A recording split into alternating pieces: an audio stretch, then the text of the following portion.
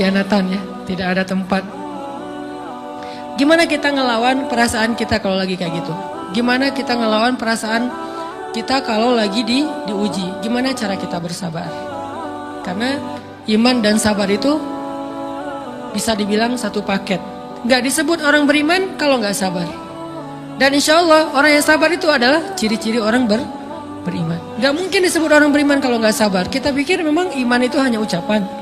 Kalau iman itu cuma ucapan, inna sholati wa nusuki wa mahyaya wa mamati lillahi rabbil alamin, gampang. Kalau iman itu cuma ucapan, hasbiyallah wa ni'mal wakil, gampang. Kalau iman itu cuma ucapan, la haula wa la quwata illa billah, gampang. Kalau iman itu cuma ucapan, iyyaka na'budu wa iyyaka nasta'in, gampang. Tapi Allah mengatakan, wa ma hum bimu'minin. Ahasiban nasu ayyutraku ayyakulu amanna wa hum la yuftanun. Emangnya cukup dengan hanya mengatakan kami telah beriman lalu tidak diuji? Ternyata iman adalah sabar dalam ujian. Jadi nggak mungkin orang disebut beriman sementara dia tidak sabar, sementara dia emosional, sementara dia temperamen, sementara dia orangnya meledak-ledak, sementara dia orangnya mengeluh, sementara dia orangnya berputus asa. Nggak mungkin. Karena ulama mengatakan la tayasu, jangan berputus asa. Fa innal ya's laisa min akhlaqil muslim atau mukmin. Karena sesungguhnya keputusasaan bukan di antara akhlak orang yang beriman. Orang yang beriman itu tidak pernah berputus asa. Serumit apapun masalah kita, kalau kita punya yakin sama Allah bahwa Allah ala kulli syai'in qadir, maka kita pasti akan punya harapan. Kalau kita yakin bahwa Allahu Akbar, sebesar apapun masalah kita, Allah lebih besar daripada masalah kita, kan? Bukankah kita mendengar Allahu Akbar, Allahu Akbar? Ada gitu yang lebih besar daripada Allah?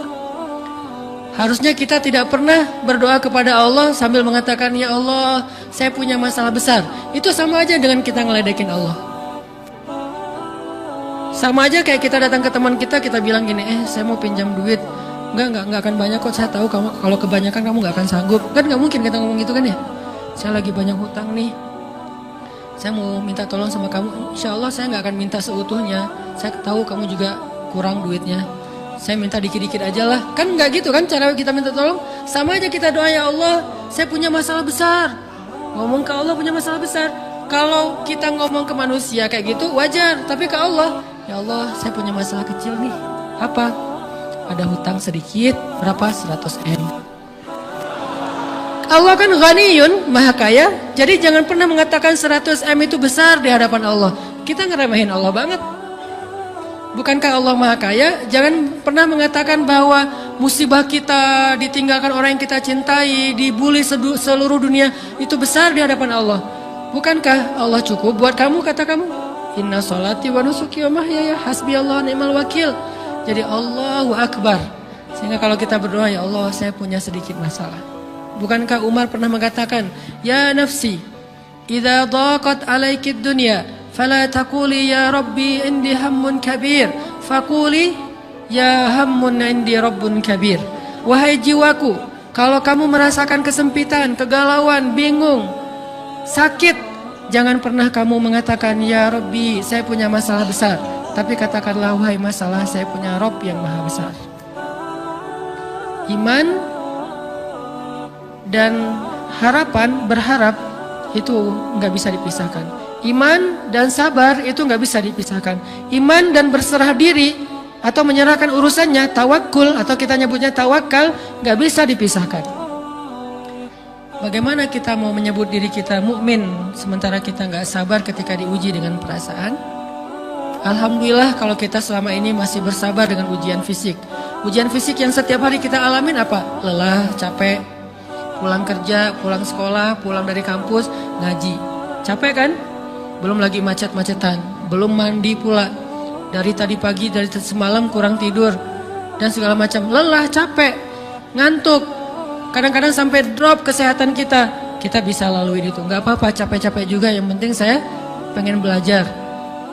jalan nih jauh-jauh, ada yang dari Sumedang, ada yang dari Lembang, ada yang dari Banjaran, dari mana-mana datang pengen ngaji.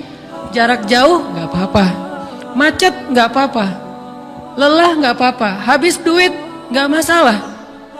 Tapi sampai di sini kesenggol dikit aja sama teman kita, dalam ucapan mungkin, dalam ekspresi, kadang-kadang kita senyumin gak dibalas senyum, atau mungkin hal-hal sepele, itu bikin seolah-olah amal kita yang udah habis-habisan tadi jadi berkurang sampai habis pahalanya. Ujian perasaan. Kadang-kadang datang ke sini nggak ada rasa tidak nyaman sedikit mungkin dengan teman kita atau dengan orang yang di sebelah kita, akhirnya kita merasa tersinggung, akhirnya kayak jadi berlebih-lebihan di tangga, di pintu, pas keluar, di tempat wudhu, di mana, hal sepele sebetulnya, tapi mengganggunya bukan fisik kita, yang terganggu bukan harta kita, tapi yang terganggu perasaan kita nih, rasa nyaman kita yang terganggu, seolah-olah hilang semuanya. Jadi nggak berarti, ini namanya ujian teman-teman. Mudah-mudahan kita bisa istiqomah dalam masalah perasaan ini. Pertanyaan sederhananya adalah gimana sih cara kita menghadapi itu? Saya juga lagi belajar, ini bukan kata saya ya, tapi saya coba merangkum dari beberapa hadis, dari beberapa ayat. Mudah-mudahan ini jadi semacam tips dari Allah, dari Rasul, cara kita supaya lebih sabar dalam menghadapi ujian, khususnya ujian perasaan. Pertama, saya mengambil dari hadis riwayat yang diriwayatkan dari Abu Hurairah, hadis Hasan. Nabi SAW mengatakan, "Ma yazalul bala'u bil mu'mini wal mu'minati fi nafsihi wa waladihi wa malihi hatta yalqallaha ta'ala wa ma alaihi khati'ah." Tidaklah seseorang selesai diuji, baik dia laki-laki, orang yang beriman, atau perempuan yang beriman, baik itu ujiannya terjadi pada dirinya, atau melalui anaknya, atau melalui hartanya, artinya ujian harta, ujian fisik, ujian perasaan, sampai dia bertemu dengan Allah, dan dia tidak punya dosa. Apa maksud dari hadis ini? Ujian itu tidak akan berakhir, kecuali kalau dosa kita sudah habis. Allah akan menguji kita terus untuk membersihkan diri kita dari dosa. Sehingga yang harus kita coba bangun awareness dalam diri kita kalau lagi diuji, Allah pengen membersihkan dosa saya nih. Sehingga kita ridho dengan ujian, bukan ikhlas ya. Kalau ikhlas ibadah, kalau ujian ridho, rela. Saya ridho ya Allah, walaupun ini berat. Saya ridho ya Allah, walaupun saya berharap Engkau beri jalan keluar. Saya ridho ya Allah, walaupun saya berharap ditolong oleh Allah. Tapi tetap ridho diberikan ujian itu, sambil berdoa diberikan jalan keluar, ditolong, diberikan keajaiban. Cuman gak mau mengeluh.